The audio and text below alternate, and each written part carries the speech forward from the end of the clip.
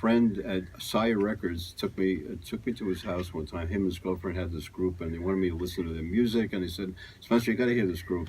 It was AC/DC, and ever since then, I don't know why they're my favorite group. If I die, I want a disc on my gravestone. Well, they have a nice logo that hits you. The image, the image is right in your mind when you think of it. The music is unreal. In fact, a friend of mine, Steve Leeds, was working at Atlantic. I know Steve. Okay, so we know Steve.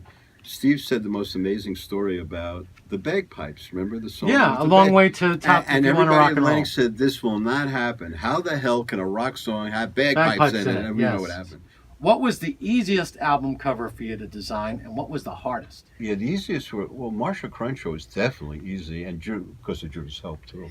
But Fear of Music, believe it or not, because of the elements and the people I was working with, and all of us combined, was easy. Everything went through smooth. It just, and you brought up a very interesting point. Those are the things, those are your best things. I mean, the ones that, the flow, right? Even a logo, designing a logo, sometimes the first thing in your head that you... That's right. Bombastic. Yeah. And no, it's a good point. Totally agree.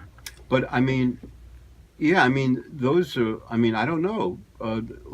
I'm just trying to think. A lot of our covers were easy because we flowed with it. I mean, the Joan Jett, even though we had these pieces, we put them together, and it just seemed to flow together. So they were really, I would call them easy. Victory was easy. I mean, there was certain, because if you have the elements. What about the Fabulous Thunderbirds? That was. Oh, the Fabulous Thunderbirds. That's a great story. Ran into a little problem. Go ahead, Spencer. Tell Well, that story. Okay, so Fabulous Thunderbirds are in the office, and Jimmy Vaughn had a transparency of this piece of sculpted artwork done by Dan Youngblood. And so what happens is we decided we want this for the cover. So they went up to a CBS meeting, and Jimmy Vaughn calls me on the phone before he goes in to the head. These are the heads of CBS. And he says, "Spencer, what do you think about the cover?" I said, "Well, do you have that transparency of that thing?" And he says, "Yeah." I says, first thing I asked him, very important, is this represent your music? I've got to ask a musician that. Does this represent your music? And he said, yeah. So, okay, I want you to go in, listen to this. Not even ask them, which normally that would happen. I said, tell them this is the cover. So they goes in. And next thing I know, I got a call from Pat Clifford, who got me into the project, or got us into the project. And he says, Spencer, you're going to be fired. You're going to be fired. They don't want to hear this. They don't want to hear, they want a picture of the group on the front cover, right? Yeah. That's what they want. It's the first CBS International album. So it was a different type of thing. They wanted to... 4 days later, I got a call. That's the album cover.